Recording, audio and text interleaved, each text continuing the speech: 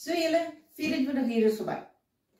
Soos ek gister gesê het, of my vorige video gesê het, is nadat julle die sodium metabesigheid ingegooi het, moet julle 24 uur wag voordat julle die gissies of die yeast ingooi. Het is belangrik vir die 24 uur om verby te gaan, nie 23 uur en 95 minute nie, wag vir 24. Jy kan eerder meer gaan as 24 as minder as 24. Dis maar net om seker te maak dat daar nie iets is wat jou gis gaan doodmaak nie. Maar 24 uur is verby en ten al bietjie meer as 24 uur, so kom ons gaan aan. So, jy het jou bucket nou voor jou.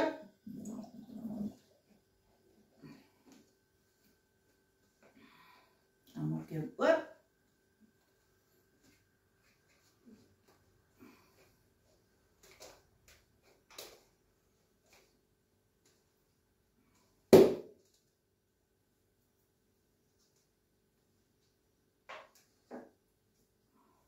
Kijk, so, wat ons gaan doen is, jy vat jou yeastpakkie, dit is nommer 5 van jou consumable kit, en al wat jy doen, is baie eenvoudig, as ek hom kan oopkry, as hy, jy maak hom oop,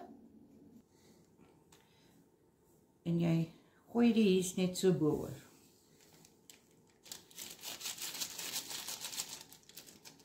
Seker alles is in, en dan vat jy jou paddel, en druk jou net so 'n bietjie af, net om die yeast nat te maak. Nie vreeslik roer of iets nie, dis nie nodig nie. Jy wil net die yeast bietjie nat maak.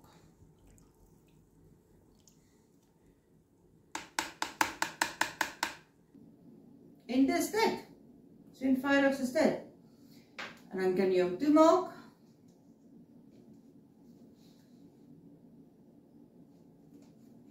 Maak seker dat hy ordentlik toe is. Dit is die groot geheim.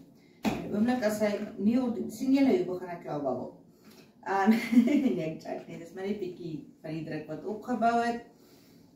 En as julle kan sien, as jou deksel nie goed geseël is nie, dan gaan jou gas by 'n klein gaatjie of iets uitkom. Nie dat dit 'n probleem is nie, die probleem is net daai klein gaatjie gaan wel toelaat daar van willig is of enige iets wat in die bakterie of iets is aan die buitekant is wel van binne in jou wyn inkom en ons probeer dit vermy. Nog 'n baie belangrike ding wat jy moet doen is jy moet seker maak jou bubbler die regte hoeveelheid water in. En soos ek gister gesê het, jy gooi net 'n klein bietjie water in. Oeps, stop 'n bietjie te veel, maar dit is nie die einde van die wêreld nie. En dan maak jy hom weer toe. En dis dit. Dis al wat ons het vir vandag. Na 24 uur, so ek sien julle môre weer, gaan ons eerste pakkie 6 van die yeast nutrient ingooi. En dan so op dag 3, 4, 5, dit afhang van die bubble is. Ek sê elke dag short reel post van hoe die bubbles is en dan kan ek vir julle baie mooi verduidelik wanneer ons die tweede pakkie yeast nutrients gaan ingooi. OK. Dankie vir julle. As er enige ander kommentaar is of enige vrae, drop 'n comment en onthou om te subscribe. Shine on.